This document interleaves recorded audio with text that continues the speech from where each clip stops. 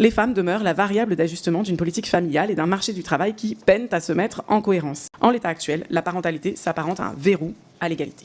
Qu'une autre vision de la parentalité, plus juste, plus égalitaire, plus épanouissante, est possible. Collègues, donc nous avons l'honneur aujourd'hui de vous présenter nos travaux sur ces politiques d'accompagnement à la parentalité. Et encore aujourd'hui, les femmes assument en moyenne 71% des tâches domestiques, 65% des tâches parentales. 90% des inégalités de revenus entre les femmes et les hommes sont liées à la parentalité. Après avoir mené une cinquantaine d'auditions en France et en Espagne, nous avons travaillé ensemble sur 44 propositions permettant d'avancer vers une parentalité plus égalitaire au sein du couple et dans les familles monoparentales.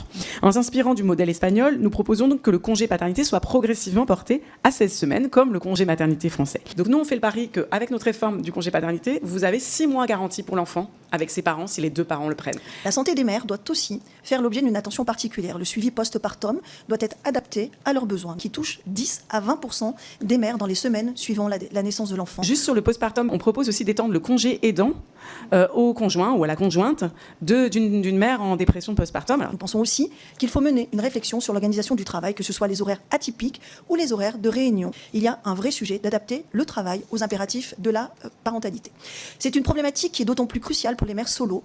Et de ce point de vue, nos travaux mettent en lumière de nombreuses pénalités qu'elles subissent. Nous proposons, entre autres, de permettre aux parents bénéficiaires de défiscaliser la pension alimentaire, mais également d'ouvrir les allocations logement, les APL, aux deux parents pour faciliter l'accueil de l'enfant chez les deux parents. Mais c'est plus tolérable dans notre société que les réflexes des entreprises soient de dire par sécurité, je vais prendre un homme parce que lui ne s'arrêtera pas. Parce que d'ailleurs, ce n'est pas forcément le choix de cet homme, parce qu'on souhaite une société où les hommes aient le droit aussi de s'occuper de leurs enfants. Voilà. Et puis juste, je me permets la petite remarque de constater que quand il est question d'égalité dans la parentalité, on n'a aucun collègue d'extrême droite qui a jugé pertinent de se déplacer. Mais c'est pas grave, on se débrouille sans eux.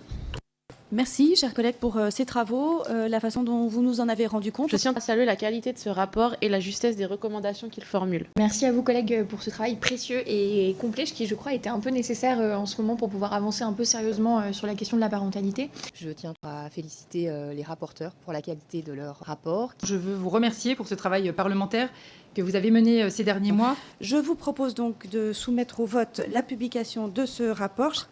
Eh bien, c'est une belle unanimité. Voilà, ce rapport sera donc rendu public. Je vous remercie.